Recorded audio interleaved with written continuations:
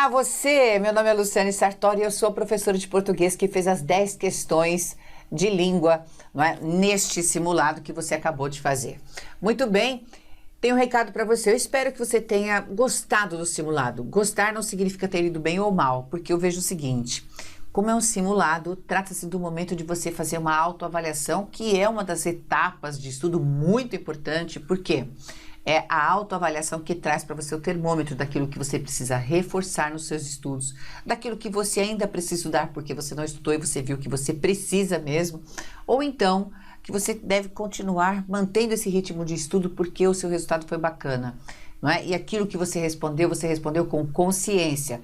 Isso é uma coisa muito importante, tá? Porque aquelas questões que foram erradas ou acertadas sem a consciência precisam ser revistas e, por consequência, o assunto delas tem de ser reestudado. Se você ainda não, aliás, se você já os estudou, tá certo? Então, use todo e qualquer resultado desse simulado a seu favor, tá certo? Então, vamos lá, vamos fazer a correção de linguagem. Eu falo de linguagem porque a gente sabe que nessa prova tem as questões de interpretação, as de gramática, as de linguagem, sobre as expressões da língua, eu divido assim, e ainda tem a de redação oficial, mas redação oficial não é comigo, a bola está na mão do Nelson e ele que vai fazer a correção para você, tá bom? Então vamos lá, olha só, o material tá aqui e a gente tem o primeiro texto, e como a gente sempre fala, né, não leia o texto antes de ler as questões para você ver, em especial, as questões de interpretação, porque você, a partir da leitura das questões, você vai ter a certeza se você precisa realmente ler o texto na íntegra ou não, certo? Então, é importante que você faça isso, exatamente o que eu vou fazer agora. Tem o texto, eu vou aqui e dou uma olhada. Ó, no que se refere aos sentidos e aos aspectos linguísticos do texto precedente, julgue os próximos itens. Aí o primeiro item diz: muitos são os que costumam maliciosamente empregar o conceito de representatividade como abono para a prática de atos inescrupulosos. Você está vendo que a questão está indo para o ritmo do entendimento, não é? Porque olha o que ele está falando sobre o conceito de representatividade. Você precisa ter lido o texto para entender exatamente a que conceito o examinador se refere aqui, né? No caso, a sua professora aqui, não é? O que ela estava querendo dizer com esse conceito de representatividade? De onde isso veio do texto? O que o texto falou sobre representatividade, tá? E ainda você tem uma afirmação, ó. Muitos são os que costumam maliciosamente, olha a palavrinha aqui, não é? Empregar o conceito de representatividade como abono para a prática de atos inescrupulosos. Ou seja, de acordo com a questão, esse conceito de representatividade é assim: como eu represento você, por exemplo, eu posso praticar qualquer ato inescrupuloso porque eu uso esse conceito de representatividade de forma maliciosa a meu favor, dizendo o seguinte, que eu estou fazendo aquilo que você faria, já que eu o represento, já que eu a represento, não é? Ou então aquilo que seria bom para você, porque como eu represento você, a minha tendência é de fazer algo bom. Então, veja, isso tem que ser comprovado pelo texto. Então, já estou vendo que a primeira questão aborda o conceito de representatividade nessa linha de raciocínio e que vai me exigir a leitura do texto, porque eu tenho de responder a uma questão interpretativa. E ainda a questão continua assim: assim, pode-se inferir, ou seja, concluir, deduzir a partir da leitura que, por esse motivo, o autor julgou por bem empregar o adjetivo ética no título do texto. Então, a gente vai ter de ler o texto e observar o título, tá bom? A segunda questão, só para a gente ter certeza de que precisa ler o texto e sempre ler de forma assertiva. Aqui, nessa primeira questão, faz a gente pensar nesse conceito de representatividade durante a leitura do texto e o adjetivo ética no título do texto. Olha lá como a gente vai fazer agora uma leitura mais consciente. E o item 2 diz o seguinte: depreende-se do texto, ou seja, a partir da leitura do texto, é possível entender que é necessário abandonarmos, deixe-me sair daí para você poder ler tudo comigo, né? A gente precisa abandonar as afirmações de senso comum e passarmos a analisar de forma crítica as ocorrências políticas, a fim de não aceitarmos mais os desvios de conduta daquele que cuida dos interesses do povo. Então veja que a gente vai ter de ler para ver o que se fala sobre as afirmações de senso comum, que de acordo com esse item devem ser abandonadas para que nós possamos analisar, não é, com a consciência as ocorrências políticas, para a gente não aceitar os desvios de conduta. Veja que essa repetição que eu faço para você da leitura faz a gente firmar o raciocínio naquilo que a gente tem que observar. Então, veja lá. A gente olha a próxima questão e vê que ele fala, na esteira dessa convicção pode ser trocado por em que pese tal certeza. Então, a gente vai ler o texto para ver como é que se empregou aí a expressão na esteira dessa convicção. Depois, aqui uma nova e correta redação, a gente deixa para ler depois para não ficar com muita informação. E aqui a gente tem uma questão de pontuação. Tá vendo, ó? Dei uma geral nas questões porque agora vem outro texto? Ótimo. Então, a gente vai para a leitura do texto para responder a essas questões que a gente acabou de ler. Bom, o texto diz o seguinte: costuma-se repetir a exaustão e com as consequências características do abuso de frases feitas e lugares comuns, que as esferas do poder público são reflexo direto das melhores qualidades e dos piores defeitos do povo do país. Então, veja só, costuma-se repetir a exaustão, quer dizer que todo mundo fica falando isso, né? Fica falando isso. Isso o quê? Vamos ver. E com as consequências características do abuso de frases feitas e lugares comuns, ou seja, as pessoas repetem frases feitas, repetem os lugares comuns, por isso são assim chamados, não é? De forma exaustiva. E veja, com as consequências características desse abuso, ou seja, dessa repetição abusiva, no final das contas, não é? E aí vem que as esferas do poder são o reflexo direto das melhores qualidades e dos piores defeitos do povo do país. Ou seja, como as esferas do poder público representam o povo, elas são o reflexo direto das melhores qualidades e dos piores defeitos. Olha, aí faz a gente pensar a questão número 1, porque lembra que a questão número 1 já nos avisou que o título é representatividade ética? Então, o autor quer falar sobre uma representatividade que seja ética. E de que representatividade ele está falando? Essa daqui, a do poder público, ou seja, dos nossos representantes. E costuma-se dizer de forma abusiva, de forma exaustiva especificamente, não é?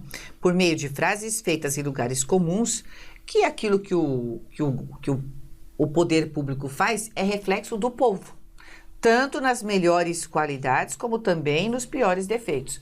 Ou seja, se eles não representam o que eles fazem de bom ou de ruim, é um reflexo nosso, é o que a gente é. Veja, isso então faz a gente entender, aqui, eu repito, a primeira questão, não é? A primeira questão de que diz que o autor se sentiu assim, vamos chamar de obrigação de colocar o adjetivo ética para representatividade, porque ele quer falar de uma representatividade que seja verdadeira, que seja bem pensada, mas não que se apoie nessa ideia das frases feitas e dos lugares comuns que dizem que o poder público representa aquilo que a gente é, tanto no melhor quanto no pior do que a gente é. Uma representatividade que seja ética elimina aquilo que é ruim, não nos representa repetindo o que a gente faz de ruim. Eu digo que a representatividade do poder público é como pais que estão educando filhos. Se os pais educam mostrando ser bons e ruins porque são reflexo dos filhos, ora, então, o que o pai vier a ser, ou que a mãe, né? Então, enfim, que os pais forem se bons ou ruins não tem importância, porque está abonado pelo fato de os filhos serem assim, como se eles fossem o nosso reflexo. Concorda que isso não é verdade? Porque os pais estão aí para educar, assim como o poder público está aí para nos representar, mas de forma a nos levar para o bem. Então, eles também têm de ter uma representatividade positiva e não negativa. Se o povo tem características negativas, o representante não pode ter. É ele que tem de conduzir o povo, não é, para o bem. Por isso que são chamados líderes, não é isso? Muito bem. Então, veja que já dá para a gente até colocar lá na questão o seguinte, que tá certo. Veja lá.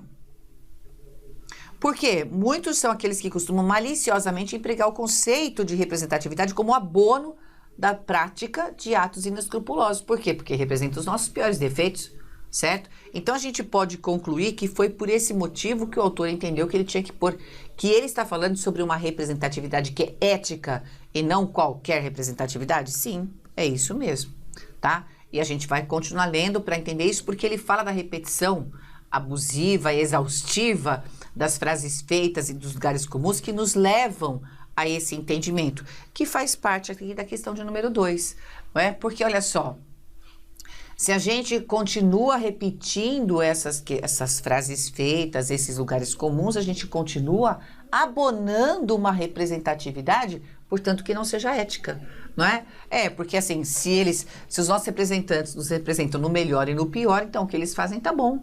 E o que a questão está dizendo é o seguinte, que a partir dessa informação, então, a gente depreende, a gente entende que nós temos de abandonar essas afirmações do senso comum, sim, e passar a analisar as ocorrências políticas, aquilo que está sendo feito, para que nós não aceitemos mais os desvios de conduta, achando o seguinte, já que o político é brasileiro e brasileiro é assim mesmo, então era o que você podia esperar. Não é assim? Essa é uma frase feita. Tinha uma também, não sei se você alguma vez ouviu falar do Maluf, mas tinha uma frase dele, sobre ele, que se repetia muito, que dizia o seguinte, ele rouba, mas ele faz. Ou seja, é um abono para um desvio de conduta, ele não tem de roubar para fazer. Todos os políticos vão lá para nos representar, então todos têm de fazer o bem e não podem roubar. Não é porque ele nos representa e no mínimo ele faz que ele pode ter um desvio de conduta. Então essa é uma repetição de uma frase feita que confunde o povo e o povo começa a aceitar isso como verdadeiro, certo? Então ele está dizendo que o texto nos leva a pensar isso. Bom, eu estou dando aqui a minha análise a partir desse início, mas é claro que não seria suficiente para você ter a visão total do texto, tá? Mas vamos pensando nisso, porque é essa a ideia que a abertura do texto nos passa. Bom, continuando, na esteira dessa convicção, ou seja, nessa linha de raciocínio, olha lá a expressão, na esteira dessa convicção nessa linha de raciocínio, pensando assim, tá? Da convicção geral, do jeito que o povo pensa. Afirma-se que as casas legislativas brasileiras espelham fielmente os temperamentos e os interesses dos eleitores brasileiros. Bom, aquilo que a gente acabou de discutir, então isso aqui só reafirma o que está aqui e reafirma o que eu expliquei aqui nesse momento. Aí continua, é o caso de perguntar, mesmo que seja assim, deve ser assim, ou seja, a gente tem que aceitar, então, o comportamento negativo do político ou, enfim, do poder público, porque nos representa? Então, ele pergunta, é o caso de a gente perguntar, mesmo que seja assim, deve ser assim? O poder público tem de espelhar fielmente os eleitores brasileiros, tanto na parte negativa quanto na positiva? Porque uma vez aceita essa correspondência mecânica de que o representante é o que a gente é, ela acaba se tornando um oportuno álibi para quem deseja inocentar de plano a classe política. Tá vendo? A classe política, lógico, é o que eu acabei de falar para você. Se eu entender, ele me representa e eu sou assim chata mesmo, então ele pode ser chato. Eu roubo, então ele pode roubar. Não é assim, porque isso é um oportuno álibi para o nosso representante fazer o que ele quiser, certo? E ainda vem lá, para quem deseja inocentar de plano a classe política, atribuindo seus deslizes da classe política a vocações disseminadas pela nação inteira. Ou seja, todo mundo aqui nesse país rouba mesmo, então é só mais um político que está roubando. Não é assim, porque se a gente aceitar, você está compactuando com esse comportamento. Perguntariam os cínicos se não seria o caso, então, de não mais delegar o poder apenas a uns poucos, mas buscar reparti-lo entre todos, numa grande festiva anarquia, eliminando seus intermediários. Vai todo mundo governar e todo mundo vai roubar um pouco, fica um pouco para cada um, não é? O velho e divertido Barão de Tararé, isso aqui é uma ironia do autor, você percebeu? O velho e divertido Barão de Tararé já reivindicava com a acidez típica do seu humor. Então, se você conhece ou não essa pessoa, não tem importância, é uma pessoa que tinha essa acidez no seu humor. Restaure-se a moralidade, ou então nos locupletemos todos, que é para confirmar o que está dito aqui. O que ele disse?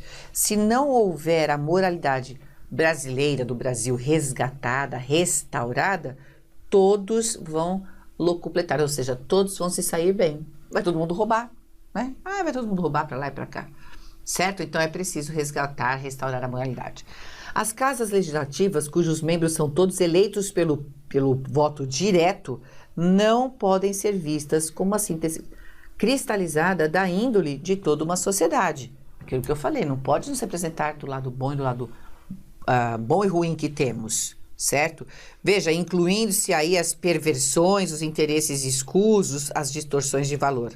A chancela da representatividade, ou seja, o voto direto, porque é essa chancela que a gente dá para o representante, né? O voto direto, que legitima os legisladores, não os autoriza, em hipótese alguma, a duplicar os vícios sociais. Pronto, acho que essa discussão que a gente teve está sendo comprovada pelo desenvolvimento do texto. Eles não podem, porque foram votados, não é, duplicar os vícios sociais. Eles têm de resolver os vícios sociais. De fato, tal representação, ou seja, do governante, deve ser considerada, entre outras coisas, como um compromisso firmado para a eliminação dessas mazelas. É como eu disse, são os pais atuando para que os filhos se espelhem, certo? O poder conferido aos legisladores, qual é esse poder? A chancela, que é o voto direto, você está entregando o poder na mão dele. Deriva, obviamente, das postulações positivas e construtivas de uma determinada ordem social. Você vota nele esperando o bem e não que ele repita aquilo que o povo tem de ruim, não é? Que se pretende cada vez mais justa e equilibrada. É isso que o povo procura, votar para buscar justiça. Portanto, veja, combater a circulação dessas frases feitas, ou seja, ir contra elas, contra as frases feitas e os lugares comuns, do tipo rouba mais faz, que pretendem abonar situações injuriosas, ou seja, não tem importância que ele rouba, tem importância sim. É uma forma de combater a estagnação crítica. Veja, se você então abandonar as frases feitas, se todos nós fizermos isso, nós vamos combater a estagnação crítica e vamos querer então reivindicar do nosso governante um comportamento melhor. Aí ele continua aqui, essa oportunista aliada dos que maliciosamente se agarra ao fatalismo das fraquezas humanas para tentar justificar os desvios de conduta do homem público. Ele não pode ter desvio, ele não pode ter essa fraqueza humana, ele recebeu a chancela, ou seja, o voto, para trazer o seu melhor para nós. Entre as tarefas do legislador está de fazer acreditar que nenhuma sociedade está condenada a ser uma comprovação de teses derrotistas. Ou seja, a gente não vota, não é, no homem público para ele provar que eu sou ruim e ele só está repetindo o que eu sou. Pelo contrário, a gente vota para que o mal que existe na sociedade seja combatido. Como ele fala aqui no texto, as mazelas sejam resolvidas. Então, veja, por causa deste último parágrafo, a gente então entende que esse item 2 esteja correto. Porque sim, a gente tem que abandonar as afirmações do senso comum e analisar as ocorrências políticas, para a gente não aceitar mais os desvios de conduta daquele que cuida dos interesses do povo, ou seja, do homem público, tá certo? Por isso esses 2 primeiros itens estão corretíssimos. No terceiro, a gente viu na esteira dessa convicção uma expressão que diz, nessa linha de raciocínio, por acreditar nisso, então não fica correto substituir por em que pese a tal certeza, porque em que pese trabalha com a ideia da oposição. E aqui não é uma oposição ao contrário, não é? É nessa linha de convicção, seguindo essa maneira de pensar e não opondo-se a essa maneira de pensar, né? E não se opondo a essa maneira de pensar. 4. Uma nova e correta redação da frase do Barão de Tararé. Restaure-se a moralidade ou então nos lucupletemos todos. Quando a gente leu no texto, a gente viu que o Barão está dizendo é ou a gente restaura a moralidade ou todo mundo vai tirar vantagem. O que significa que esse ou é de alternância. Lembre-se que a alternância ela traz para a gente uma ideia de exclusão. Ou seja, se a moralidade não for restaurada, então todos vão se locupletar. Agora, se a moralidade for restaurada, então nós não vamos nos locupletar todos, certo? Então, uma coisa elimina a outra. Como a gente diz, né? Ou assovia ou chupa cana, porque se assoviar não chupa cana, mas se chupa cana não assovia. É a mesma ideia, essa é a ideia da alternância. E aí ele diz assim, que uma nova e correta redação, o Item está dizendo isso pra gente, né, desse texto citado aí no texto, que preserva o sentido original é locupletemo-nos todos, mesmo que se restaure a moralidade, ou seja, se a moralidade for restaurada, ainda assim, nós vamos tirar vantagem de tudo? Não. Ou uma coisa ou outra. Restaurada a moralidade, a gente não vai se locupletar, certo? Então, não é uma coisa mesmo que a outra aconteça, porque se um fato anula o outro, os dois não podem acontecer, tá certo? Mas a gente poderia ser muito prático aí, viu?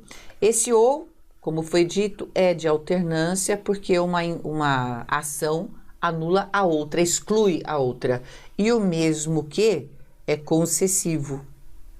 Então, traz aí pra gente a ideia da concessão. Se a ideia de concessão e essa de alternância, já ficou errado, certo? Então, esse item não pode ser reescrito dessa maneira sem que o sentido se perca, tá certo? Sem que o sentido se perca. A gente pode até fazer a troca, mas vai mudar o sentido, né? Deixa de ser alternância para ser uma concessão, uma oposição. Bom, nesse item 5 a gente tem: costuma-se repetir a exaustão e com as consequências características do abuso de frases feitas em lugares comuns, duas vírgulas aqui, veja, que as esferas do poder público são reflexo direto das melhores qualidades e dos piores defeitos do povo do país. As vírgulas, que eu já circulei para você aí, poderiam ser substituídas por travessões, mantendo-se a correção e a coerência do texto? Sim. Por quê? Porque ao ler aqui eu percebi que o que a gente tem é uma intercalação. Veja, nós temos o seguinte aqui: costuma-se repetir a exaustão, vai lá para frente, que as esferas do poder público são reflexo direto das melhores qualidades e dos piores defeitos do povo do país, certo? Isso é o que costuma acontecer, as pessoas repetem exaustivamente que os nossos representantes são aquilo que nós somos.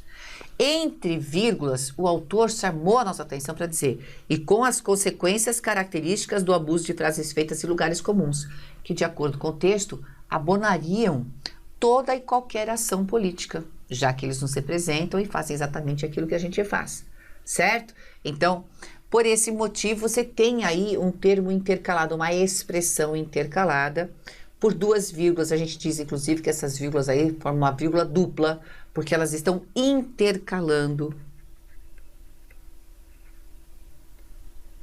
essa informação que o autor deu a respeito das consequências características do abuso dessas frases feitas, tá certo? Então, colocar os travessões daria muito certo. A diferença de quando a gente tem vírgula e coloca travessão é que o travessão exige uma pausa maior na leitura, mas isso não vai tirar a coerência do texto. Aliás, ficaria ótimo, né, colocar o travessão, porque chamaria atenção para o uso abusivo dessas frases, certo? E a correção, obviamente, ficou clara, porque vírgula dupla e travessão duplo, para intercalação, tem exatamente a mesma função: marcar o termo intercalado, tá certo? A gente para nesse bloquinho aqui, porque para as próximas 5 questões elaboradas, você tem outro texto, tá certo? Então, vamos lá. Digeriu bem esse aqui? Daqui a pouco a gente volta e faz o restante. Então, volte já.